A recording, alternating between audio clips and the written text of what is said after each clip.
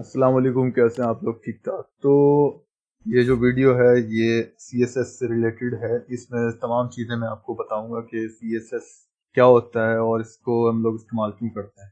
तो पहले ये देख लेते हैं कि CSS इस्तेमाल क्यों करते हैं वेबसाइट में। तो हम लोग अभी क्या कर रहे थे, अगर आपने मेरी प्रीवियस वीडियोस देखी हैं HTML से रिलेटेड, मैंने वीडियोस बनाई हैं, तो उनमें क्या कर रहा हूँ मैं एक सिंपल सी वेबसाइट मैंने बनाई है। ना उसमें कोई कलर करा है, ना मैंने उसमें कोई डिजाइनिंग करी है, मैंने कुछ भी नहीं करा।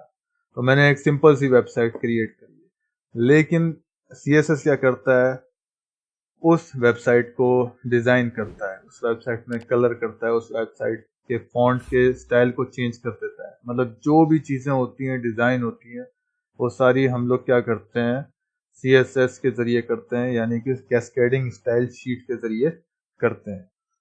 ये कितनी तरह की होती हैं? CSS 3 तरह की होती है।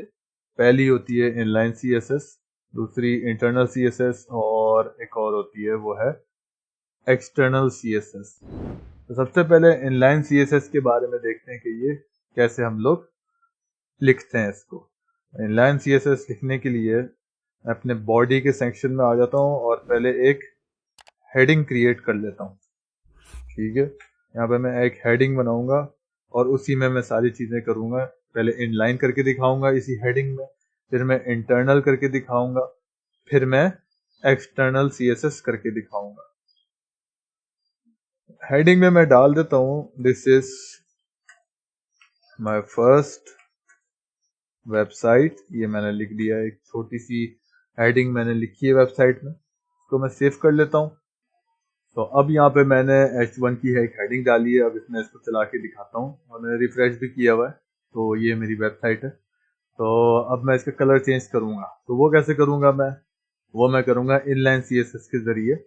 तो मैं यहाँ पे इनलाइन CSS इस्तेमाल करूंगा और उसको इस्तेमाल करने का तरीका है स्टाइल का ये एट्रीब्यूट लगाऊंगा। ठीक है, H1 के टैग के अंदर मैं क्या इस्तेमाल करूंगा, स्टाइल का एट्रीब्यूट। ये मैंने HTML की वीडियोस में भी इस्तेमाल करा है इसका, लेकिन मैंने आपको ये नहीं बताया था कि ये इसको कहते हैं क्या है। तो इसको हम लोग इनलाइन CSS कहते हैं। उसमें मैं लिख देता हूँ, जैसे कि बैकग्राउंड कलर चेंज करना है तो मैं लिख दूंगा बैकग्राउंड। ठीक है, और उसके अंदर मैं कलर इसका दे दूंगा जो भी मुझे देना है, ग्रीन। ठीक है, ग्रीन मैंने कलर दे दिया और ये इसने मुझे कलर पैलेट भी मुझे शो कर दिया। अब ये जो कलर पैलेट आया है मैंने आपको बताया है भाई HTML की वीडियोस में। अगर आपके पास ये शो नहीं हो रहा है तो मैं दोबारा बता देता हूँ। आप एक्सटेंशन में जाएंगे और यहाँ से आप फ्लटर आइकन करके एक एक्सटेंशन होगा, या तो आप वो डाल सकते हैं, जैसे फ्लटर कलर करके, सॉरी आइकन नहीं है, फ्लटर कलर करके एक एक्सटेंशन है, वो आप इंस्टॉल कर सकते हैं। तो आपको ये कलर पैलेट जो है वो नजर आ जाएगा। इसमें बहुत सारे एक्सटेंशन है, आप कलर पिकर इस्तेमाल कर लें, कलर पिकर भी होता है। तो अब आपको जो अच्छा लगे वो आप यहाँ पे एक्सटेंशन जो है वो इस्तेमाल कर सकते हैं। तो वापस चलते हैं वहीं पर ही जहाँ पे छोड़ के गए थे। इसको बंद कर देते हैं।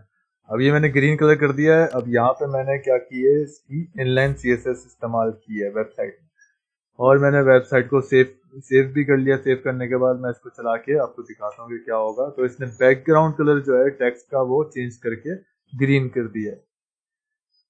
अब मैं इसी ग्रीन कलर को, अभी हमने क्या काम किया है, इनलाइन CSS के जरिए इसको ग्रीन किया। अब मैं यही काम बिल्कुल इंटरनल CSS के जरिए करके दिखाऊंगा कि वो कैसे करेंगे। तो मैं यहाँ से ये मिटा देता हूँ। ठीक है, अब ये इनलाइन CSS हो गया है, अब इसकी कोई ज़रूरत नहीं है। और मैं रिफ्रेश करके दिखा देता हूँ तो ये ख़त्म हो गया। ठीक है, अब यहाँ पे हेड के अंदर हम लोग क्या करते हैं, अपना जो इनलाइन इंटरनल CSS जो है वो इस्तेमाल करते हैं। यहाँ पे भी मैं क्या करूँगा, स्टाइल का टैग इस्तेमाल करूँगा। ठीक है, और इसके अंदर मैं अपना जो जो भी काम है वो करूँगा। जैसे कि मुझे H1 के टैग का कलर चेंज करना है, तो मैं यहाँ पे लिख दूंगा H1 और इसके अंदर मैं लिखूंगा बैकग्राउंड कलर, नहीं बैकग्राउंड था सिर्फ। तो ये बहुत सारे एट्रीब्यूट्स होते हैं, लेकिन मैं अभी आपको सिर्फ 3 चीज़ों का डिफरेंस बता रहा हूँ कि 3 चीज़ें आप कैसे इस्तेमाल कर सकते हैं अपनी वेबसाइट में। और यहाँ पे मैं लिख देता हूँ ग्रीन। ठीक है, और इसको सेव करूंगा। अब इसको मैं चला के दिखाता हूँ। तो आपने देखा यहाँ पे मैंने इंटरनल CSS के जरिए भी इसके कलर जो है वो चेंज कर दिया। बिल्कुल इसी तरीके से अब एक्सटर्नल CSS करते हैं कि वो कैसे करते हैं, वो देखते हैं कैसे होती है। मैं अब यहाँ से ये मिटा देता हूँ क्योंकि इंटरनल CSS का काम जो है वो खत्म हो गया। अब मैं आपको बताता हूँ कि एक्सटर्नल CSS कैसे होती है, और यही चीज बिल्कुल मैं एक्सटर्नल CSS में करूंगा। इसको रिफ्रेश करूंगा तो आप देख लें ये बिल्कुल ही रिमूव हो गया कलर। अब मैं इसको करूंगा एक्सटर्नल CSS के जरिए ग्रीन कलर कर दूंगा। पहले यहाँ पे एक फाइल क्रिएट कर लेते हैं, क्योंकि ये एक्सटर्नल CSS में क्या होता है कि हम एक और फाइल बनाएंगे, CSS फाइल बनाएंगे, और उसको हम लोग यहाँ पे इनहेरिट या फिर आप उसको यूं कह सकते हैं कि कॉल कर देंगे यहाँ पे। ठीक है, इसका लिंक यहाँ पे दे देंगे फाइल का, और फिर वो पूरी हमारी जो HTML है उसमें काम करेगी। मैं यहाँ से इस ऑप्शन पे क्लिक करूंगा, न्यू फाइल के ऑप्शन पे क्लिक करूंगा, और यहाँ पे मैं लिख देता हूँ वेब डिजाइन। आप कोई भी नाम दे सकते हैं, और आगे मैं लिख दूंगा CSS। ठीक है, अब इसका फॉर्मेट क्या है, वेब डिजाइन .css। अब मैं यहाँ पे मेरी जो मर्जी है वो मैं यहाँ पे कर सकता हूँ। जैसे कि मुझे इस वेबसाइट में H1 का जो टैग है उसका कलर चेंज करना है, तो मैं यहाँ पे लिख दूंगा H1, और मैं वही काम करूंगा जो मैंने अभी इंटरनल CSS में किया था। मैं यहाँ पे लिख दूंगा बैकग्राउंड। ठीक है, और यहाँ पे लिख दूंगा ग्रीन। ठीक है, इसको सेव करूंगा। अब ये अभी चलेगा नहीं क्योंकि मैंने इसको कॉल नहीं किया है। ठीक है, अभी ये वैसी का वैसी रहेगा। अब मैं क्या करूंगा, यहाँ पे इसको कॉल करूंगा।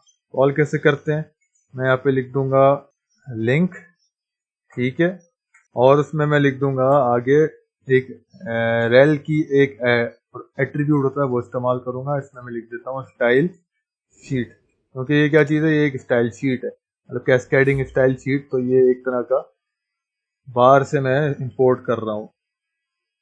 यहाँ पे मैंने इंटरनली नहीं किया है, मैंने ये एक्सटर्नल कर रहा हूँ। और href में मैं यहाँ पे अपना नाम दे दूंगा, जो कि मेरी CSS फाइल है उसका नाम है वेब डिजाइन। अब मैं इसको सेव करता हूँ, और अब मैं इसको चला के दिखाता हूँ कि क्या हुआ है, कोई चेंजिंग हुई है या नहीं हुई। तो आपने देखा मैंने जब रिफ्रेश किया तो इसका जो बैकग्राउंड कलर है वो ग्रीन हो गया। तो मैंने आपको तीनों तरीके से बता दिया है कि इंटरनल और एक्सटर्नल और इनलाइन CSS के साथ हम लोग कैसे काम करते हैं, और इन तीनों का डिफरेंस भी मैंने आपको समझा दिया है। अब इन तीनों में हम लोग एक्सटर्नल कब इस्तेमाल करते हैं, इंटरनल कब इस्तेमाल करते हैं। इंटरनल हम लोग इनलाइन CSS वैसे कम ही इस्तेमाल होता है, ज़्यादातर हम या तो इंटरनल इस्तेमाल कर रहे होते हैं या फिर एक्सटर्नल CSS इस्तेमाल कर रहे होते हैं। वीडियो को ख़त्म करने से पहले ये दोनों चीज़ें आपको बता दूं कि इस्तेमाल कब होते हैं, यूजेस कब होती है ज़्यादा। इंटरनल कभी भी इस्तेमाल कर सकते हैं, लेकिन अगर हमें कुछ थोड़ी सी चीज़ें चेंज करनी है, थोड़ी सी चीज़ों को डिज़ाइन करना है, तो हम इंटरनल CSS इस्तेमाल करते हैं।